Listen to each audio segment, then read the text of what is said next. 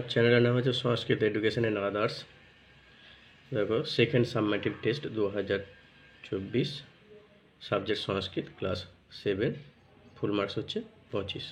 দেখো, প্রথম প্রশ্ন হচ্ছে বাংলা ভাষায় উত্তর দাও দুটি। আচ্ছা, সংস্কৃতে একজন মহাকবির নাম লেখো। সংস্কৃতে একজন মহাকবির নাম হচ্ছে কালিদাস। বিশ্ব সাহিত্যে ভাণ্ডারে মধুভাণ্ড কোথায় আছে? সংস্কৃত সাহিত্যে। আচ্ছা, সূর্যের শোভা কখন খুব ভালো লাগে? প্রাতঃকালে বা সকালবেলায়। আচ্ছা, সংস্কৃত ভাষায় উত্তর দাও যে কোনো দুটি, 2 নাম্বার।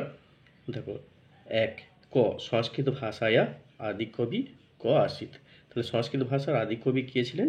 না, সংস্কৃত ভাষায়া আদিকবি বাল্মীকি আসিত। কস্মিন দিশি সূর্য উদেতি?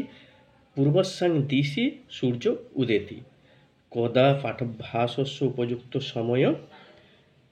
প্রাতঃ পাঠভ্যাসস্য উপযুক্ত সময়। অব্যয়পদ দিয়ে বাক্য রচনা করো দুটি, 2 নম্বর। অদ্য, অদ্য মানে আজ। অদ্য ন গমিষ্যামি, আজ আমি যাব না। নক্তং, নক্তং মানে হচ্ছে রাত্রিবেলায়। নক্তং বহি ন গচ্ছ, রাত্রিবেলায় বাইরে যেও না। কদাপি, কদাপি মানে কখনো। কদাপি মিথ্যা মা বদ, কখনো মিথ্যা কথা বলো না। মা মানে না। হচ্ছে উপযুক্ত ক্রিয়াপদ বসাও দুটি। দেখো, বালিকে পঠতি, বালিকে যেহেতু দ্বিবচন আছে, পঠতি পঠত পঠন্তি কোনটা হবে? পঠত বিসর্গ। আচ্ছা, তং কুত্র গচ্ছতি গচ্ছসি গচ্ছামি। তং হচ্ছে মধ্যম পুরুষ একবচন, তাই গচ্ছসি মধ্যম পুরুষ একবচন হবে। গ বালিকা অত্র তিষ্ঠতি তিষ্ঠত তিষ্ঠন্তি। বালিকা এই বালকা বহুবচন আছে, তাহলে বহুবচন হবে তিষ্ঠতি তিষ্ঠত তিষ্ঠন্তি, তিষ্ঠন্তিটা হবে। পরবর্তী প্রশ্ন দেখাচ্ছি। দেখো, সন্ধি বিচ্ছেদ করো, 3টি থাকবে। দেখো, পবন পো পয়কার পো যুক্ত অ ন বিসর্গ ইত্যাদি, ইতি যুক্ত আদি, ইতি হস্যই তয়রস্যই যুক্ত আদি আদয়স্যই বিসর্গ। গায়ক গই যুক্ত অক, অক বিসর্গ দেবে। পিতৃনম, পিতৃযুক্ত ঋণম, দীর্ঘ রিকার আছে এটা, পিতৃযুক্ত ঋণম হবে। আচ্ছা, রেখাঙ্কিত পদগুলি কারকযুক্তে নির্ণয় করো, 3টি। সা মধুরং গায়তি, সে মধুর গান গায়, অর্থাৎ মধুরং পদে ক্রিয়া বিশেষণে দ্বিতীয়। ব্যাঘ্র বনে বসতি, বনে অধিকরণে সপ্তম বিভক্তি। রাম বনং গতবান, রাম পদে কর্তৃকারকে প্রথম বিভক্তি। পিতা পুত্রেণ সহ গচ্ছতি, পুত্রেণ পদে সহ শব্দের যোগে তৃতীয় বিভক্তি হয়েছে।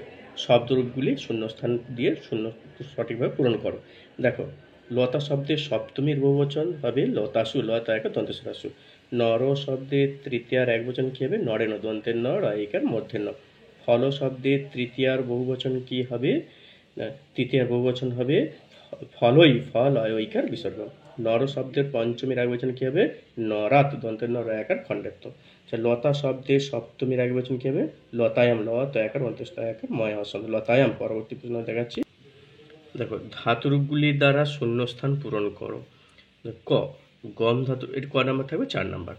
গম ধাতুর লট প্রথম পুরুষের বহুবচন কি হবে? গচ্ছন্তি। গম ধাতুর লট প্রথম পুরুষ বহুবচন হবে গচ্ছন্তি। আচ্ছা, গম ধাতুর লিট মধ্যম পুরুষ দ্বিবচন কি হবে? দেখো, গমিষ্যত, গ ময়রাস্য মধ্যনেশ্বর প্লাস থ বিসর্গ, গমিষ্যথ। ভূ ধাতুর লট উত্তম পুরুষ বহুবচন কি হবে?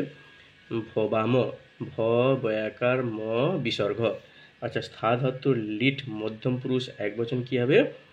থাস্যসি, দন্তস্বয় থাকা, দন্তস্বয় জফলা, দন্তস্বয় হ্রস্বই, থাস্যসি। তারপর দেখো, স্থা ধাতুর লিট উত্তম পুরুষের বহুবচন কি হবে? উত্তম পুরুষের বহুবচন হবে থাস্যাম, দন্তস্বয় স্থয়া আকার ম বিসর্গ, থাস্যাম। তাহলে বাংলা অক্ষরে সংস্কৃত ভাষায় অনুবাদ করো। সে পরে স বা সা, ছেলে হলে স দন্তস্ব বিসর্গ, মেয়ে হলে সা।